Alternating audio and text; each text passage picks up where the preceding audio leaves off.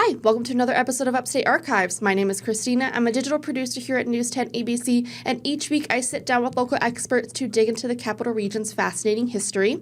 This week I am joined by Michelle Mavigliano, and we are going to dive into the origins that are somewhat mysterious of the song Yankee Doodle. But before we jump into, the history of the song, I want to just, put this out in the open, make sure we're understanding here. This is not Yankee Doodle Dandy. Is that correct? That is correct. Okay, perfect. So just to give Michelle a little bit more of an introduction here, you are the Historic Site Manager at Crailo State Historic Site. Tell us a little bit about, what you do, what is, at the site, and just a little bit about yourself. Okay, very nice to be here. First of all, thank you. Crailo State Historic Site, we are the Museum of the Colonial Dutch in the Upper Hudson River Valley. We are located in a historic house. However, we are not a historic house museum per se with furnished rooms. We do have exhibits for the most part, and then of course we have our famous cellar. The reason that we have the structure that we have is because, surprisingly enough, a lot of the fabric is not original to the house. That's a whole different story. So what we do there is we focus on, as I say, the Dutch history of this area, also focus on the enslaved populations that, of course, were at Crailo and in the environs, the indigenous communities that the Van Rensselaers interacted with, and then the Van Rensselaer family as well. Perfect. And that's located in Rensselaer, correct? Correct, right on Riverside Ave. So we have this beautiful park that's located right on the Hudson River, in a very nice historic section, actually, of Rensselaer. And what I find, not what I find so interesting, there's a lot of things to find interesting about Crailo, but, when you're driving nearby, there's a sign that says that Yankee Doodle was written at Crailo. And that's kind of what's piqued my interest to, reach out to you guys and begin talking to you. As we've established, not Yankee Doodle Dandy, very different. But would you be able to, sort of explain the difference for those who might not be super familiar with the difference between the songs? So, well, in a nutshell, I guess I have to say that let's say the tune of Yankee Doodle, the one, let's say, from pre-Revolution times, this is an older tune that actually goes back to, let's say, the 15th to the 17th century in Europe, Wow. It's a tune that was, let's say, a lot of people can change the words, change the stanzas, so it was appropriated by everybody, really. Okay, yeah. And you can change the lyrics to reflect what was going on at the times. Yankee Doodle Dandy is actually something that's, I want to say, 19th, 20th century. Okay. And, of course, it's the 1942 film about George Cohan, which kind of brings that to everybody's attention. So Yankee Doodle is an older tune. Yankee Doodle Dandy is, let's say, a strictly American type of creation, utilizing this old form, but actually making it very strictly patriotic for America and Americans. Gotcha. Okay, that makes perfect sense. So what is the story behind, Yankee Doodle being written allegedly at Crailo? You said, it stems actually from Europe, from the 17th century, so that was way before, pre-revolution times. Sure. Or I guess revolutionary times. So, what's the story behind this? So it would have been a tune that would have been brought over, let's say, certainly with the Dutch and then the English as well. The story about how the song is created, let's say, at Crailo, is during the French and Indian War. We think 1755, but really there's more evidence leading to 1758. There was a British soldier and surgeon named Dr. Richard Shuckburgh who was in this area. He was stationed in Albany, but he was at Crailo because Crailo, of course, was very important for where troops from New England gathered before going on a campaign. It was also where any sick individuals were kept. Also, there was a huge barn at one time behind Crailo. And also, Albany didn't necessarily want all these soldiers, running, rampant in the city. So keeping them across the river was preferred. Shuckburgh, however, and we believe this is 1758, just because that would have been a time when he could see some of the let's say, the soldiers coming from Connecticut and New England. they were doing maneuvers. And of course, they're not, these are just your farmers, participating in this. So they're this ragtag type of group. They're not very disciplined. There's kind of a sloppiness to their maneuvering as they practice. Shuckburgh finds this, just very amusing. And he was known, actually, not only for, let's say, his musical talent, but for his wit. So he pens the lyrics to this tune, making fun, pretty much, of the colonial militia, what he's seeing there. How this story that this happened comes down to us is that the granddaughter, the great-granddaughter, I think it's the granddaughter of Robert van Rensselaer. Now, who's Robert? Robert is actually the son of Johannes, who owns Crailo at the time. Okay. And he's a colonel in the colonial militia. So this is why everybody's kind of converging onto his property as well. So Robert, who was born in 1740, so he's about either 15 or 18 at that time, he sees Shuckburgh, and it's kind of family lore, not written down, unfortunately, but only verbal, family lore that he saw Shuckburgh. He saw him writing these lyrics. Maybe he sang them at dinner, like we don't know. Right. But, yeah, it's just verbal legend. So, yeah, really just word of mouth here, just extending through the centuries. Oh, that's crazy. So, when I've listened to Yankee Doodle, I mean the children's tune at least, the lyrics have always been a little confusing to me. What is a Yankee Doodle? Would you be able to explain a little bit the meaning behind, what exactly that is?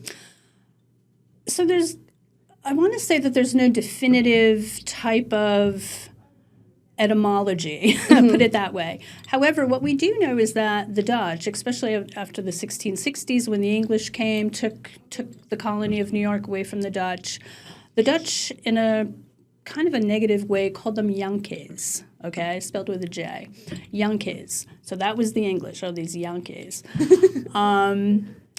So kind of moving forward, using Yankee or changing that up to Yankee, might be the way that word came about.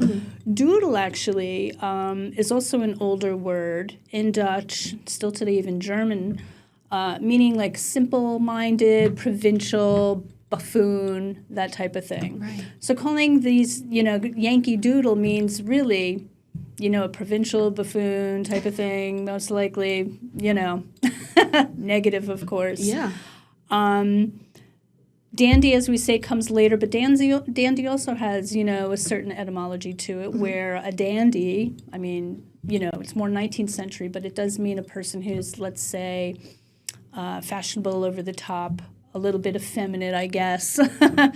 And if we move further to the word macaroni, which always comes up as well. So the macaroni, he was in the 17th and 18th century an over-the-top, fashionable person, but one that could be ridiculed because of the elaborate, over emphasizing of fashion. And the phrase, stuck a feather in his hat and called it macaroni was making fun again of the colonists who had no sense of fashion, of course. They didn't come from London. They weren't privy to, the newest types of things. And if they did stick a feather in their hat to try to make things look better, that was ridiculous. Yeah, wow. Wow, so that's pretty scathing, I guess. That's pretty scathing for at least maybe the time. At least I would be kind of insulted if someone wrote a song about me and said all that. Well, I mean, look at English theater. I mean, the whole thing was always based on satire, mocking people, mocking groups. So this song, did all that. That's crazy. So how have the lyrics changed from what we know today to, through the years? That's a good question, actually. I mean, the lyrics, let's say we go back to the American Revolution, the lyrics were changed all the time to reflect what exactly was happening. Okay. The British would change things, and I have a book that we sell at Crailo, which shows some of those lyrics, actually. Interestingly enough, though, as the war goes on, we have in 1707, we have the Boston Massacre. 1775 in April, we do have Lexington and Concord. And this is actually where the Patriots rout the British. Wow. Okay. They kind of chase them back to Boston. So they're starting to feel a little bit better about themselves, Right. starting to feel like maybe they can, fight off this British army. Mm-hmm. And then certainly 1775 as well, a few months later, is the Battle of Bunker Hill. Now, the British win that war, but at a great cost. Right. So by this time, the colonists are pretty much appropriating this song. They're like, Yankee now means, a person of courage. Rather than taking it as an insult, it's like, yeah, call me a Yankee. This is what Yankee means now. We pretty much can beat you. Yeah. Or we can harm you. So it becomes, this appropriation of a song, which was intended to mock and satirize, but it takes its turn now. The Patriots are pretty much playing it when the British are defeated and have to retreat. So it's kind of, using the song, using the tool, let's say, against the people who, pretty much were using it first. So wow, that's such an interesting evolution from, a song of mockery to, using it, reclaiming that power in a way. Precisely. And then, now it's a children's tune. Now you sing it when you're kids and have no idea what it means and have no idea, like, the history behind it. That is so interesting. Well, thank you so much for sharing all that. I think now would be a good time to go to a quick break. Thank you all for joining us. We'll be right back.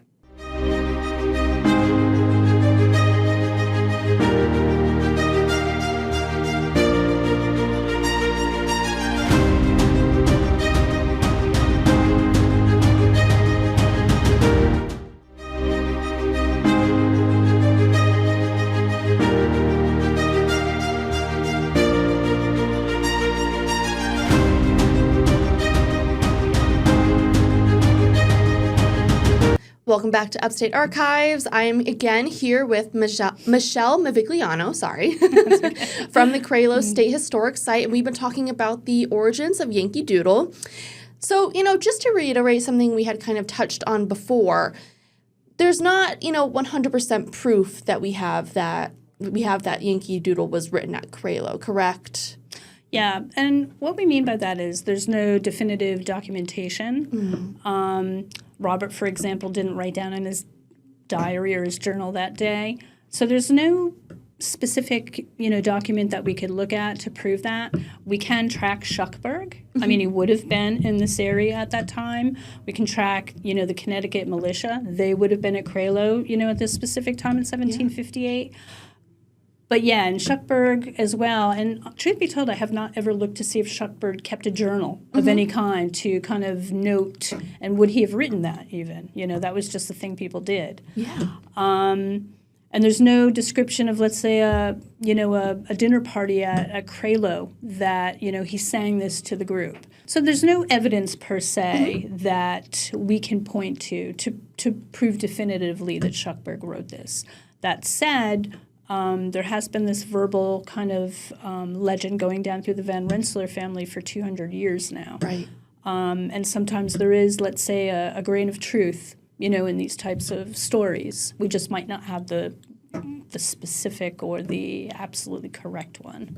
Absolutely. Absolutely. No, that makes perfect sense. And, I'm reading the Odyssey right now, and this is kind of, in a way, reminding me of that. This is kind of a tangent of my own, just about, how oral history is so, important. And, even though, like you said, we don't have written documentation, that doesn't mean it's not necessarily true, and that, oral history is just as important as written history. And so, I think that's so important, or so interesting to me. So to, kind of connect that with literature like the Odyssey, which we now see is coming out into a movie in just a few days, and it's such an important work of literature, even though for centuries it was strictly an oral tale or an oral story. It's just so interesting to see the evolution of these things. And even if we don't have written documentation, I still think it's such cool Capital Region folklore that, we can say Yankee Doodle might have been written here. Song that everyone knows. Plus there's big metal signs everywhere telling us that.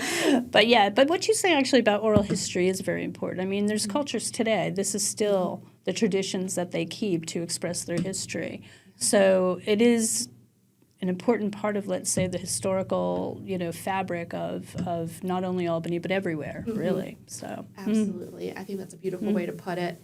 So moving on from Yankee Doodle, I just wanted to talk a little bit more about Crailo and the historic site in general. So, we were talking a bit about the 1750s with Yankee Doodle, but tell us a little bit about more what happened to Crailo after that and, kind of more of its history. Okay. Well, Johannes van Rensselaer, as I said, lived at Crailo during the time of the French and Indian War and also the American Revolution. He dies in 1783. And then the manor, I should say, is split. I'm simplifying here. Of course. The manor is split. Some of his family goes to what is known as the lower manor. So they go down to Claverack area, and they live in the house, or the estate, I should say, down there. And some, of course, the family members remain in the house. This goes on for a period of time, and then I want to say in the 1870s, everything becomes complicated. But honestly, there's a lot of historic houses, Schuyler Mansion included, which undergo problems because of the Depression that took place in the 1870s in this country. And these large structures, who could afford to live in them or heat them even? So they become schools. They eventually change hands. They go out of the family. They become schools. This is what happened to Crailo. Okay. Then other people lived in the house. There's the Callahans, for example. Then it comes to a man named Peter Kurtzenacker, who actually is an ice merchant. And he builds a house behind Crailo. That's today where our offices are. So our offices are one block over on 14 Nelson Ave. Kurtzenacker lives in that house, and he starts kind of selling pieces of Crailo off. He's about to tear the whole thing down because it's blocking his access to the Hudson, which is key for him. The house is in, pretty much dilapidated condition, so, it would cost him a lot of money to actually fix it. He starts selling pieces off the Dutch tile, the balustrades, pieces of wood, brick, all these things piecemeal. So a descendant, she hears about this from the Albany County historian at the time, and she comes and she visits the house. She's horror-struck at what's happening. She purchases that house in 1898 from Kurtzenacker. She pretty much stabilizes it. She puts a new roof on. She boards up the windows because people had been throwing rocks through the windows and, going in and, vandalizing. Yeah. She shuts it up, stabilizes it, keeps it because she had always intended actually to donate it either to, the Daughters of the American Revolution or some sort of patriotic society. That never pans out, but in 1924, it finally comes where the state will accept it as a gift from her. So she donates it to the state in 1924. Unfortunately, they cannot open it as a museum because it's unsafe for the public. Gotcha. So the state in the 1930s begins to renovate. I can't say a lot of historic preservation is done at that time. So a lot of the things that you see in there today, like the wood beams, for example, for the most part, the floorboards, this is all 1930s fabric and material. Huh. They changed there was, I want to say, a 1760s or a Georgian-style roof put on by Johannes in 1762. He was Georgifying his house. They take all that down and they start putting, the Dutch gables on. But they start making it look a little older than it would have been because they think that it's built in, 1642, but that's incorrect. Dendrochronology on some of the existing beams from that time show us 1707. Wow. So, yeah, it's 100 years old now as a state historic site. We did celebrate that with a number of programs in 2024. And we hope to be here for another 100 years. Absolutely. That's so interesting. This site has gone through so many lives, it seems like, and now it's a little bit of I don't want to call it a Frankenstein, but, a little bit of puzzle. Yeah, I would like to say it's like a mesh in a way of interwoven fabrics. For example, we're still at the end of a new construction phase. And that's because the dormers that were put on in the 1762 edition, plus all the windows, that were put in the 30s, all of that was kind of coming apart. Things had asbestos in them. So how do you want to, you always have to ask, how do we treat this? Right. The idea of the patina that was on the interior frames of the windows, they wanted to just strip it all, repaint or restain. But, Heidi Hill, who of course she is also she's the oversight of both Schuyler and Crailo. She wanted to keep that 1930s stain because it is part of the fabric. So everything we do now is just the continuing story of Crailo. So I look at it in that respect of, a house isn't just especially a historic house. It's not it's not a stationary thing. It's always, let's say, evolving. Yeah, absolutely. So. And it's really interesting, that you bring that up because I feel like a lot of people would hear what you just said and go, it's such a shame that they, have changed all these things. But like you said, you can really see the timeline when you go in there and see all the different pieces of history. And so that's so interesting and kind of ties into what we were talking about with Yankee Doodle, where you can trace the evolution of the song. And that's just so interesting. So yeah, perfect. If people want to learn more about, colonial Dutch history, they just want to learn more about Crailo specifically, what do you guys offer there? I know you mentioned, all the topics that you talk about, and you said that you're not, a museum, but, what are some events that you guys are holding this year? What are some things that people can go see specifically at Crailo? And, what are some of your offerings? So, we are a museum. We're just not, let's say, a furnished historic house museum. Gotcha. Okay. We do have exhibits there which focus, as I say, really specifically using the archaeological collections from Fort Orange and also anything that was uncovered in the city of Rensselaer, right on Riverside Ave, have been incorporated.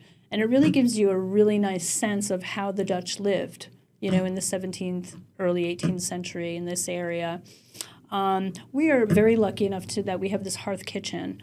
A lot of that is not original either, but it is reset up to give you an idea of, how these people would have cooked, the location, who, probably there was an enslaved man or woman down there, handling meals, being responsible for the beautiful things that came out to the table. And we're still lucky enough that we could have fires in there. So we do a lot of cooking programs and discuss foodways and this type of thing too.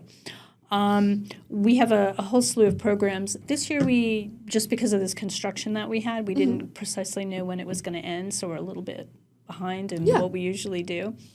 That said, we're planning on making, let's say, a foray into also American Rev 250th programming, probably 2027. We have a program coming up this weekend, actually, which is a Discovery Day. Oh, wow. We're focused on ecology. We're going to have Arm of the Sea Theater there, which is going to be very, very fun. And it's really family and kid-oriented. Oh, so it's a nice family day. We're going to have the New York State Museum there. We're going to have some staff talking about trade from Johnson Hall State Historic Site. A lot of partners coming in. So that's from 10 to 1 this Saturday. Perfect. What is that, the 19th?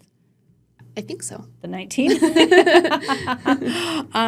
So definitely come just because we haven't been open all that much. We are back to our normal schedule, though, so people can come for tours. That's Wednesday through Sunday. Tours begin at 11. They're offered on the hour with the last one at 4 p.m.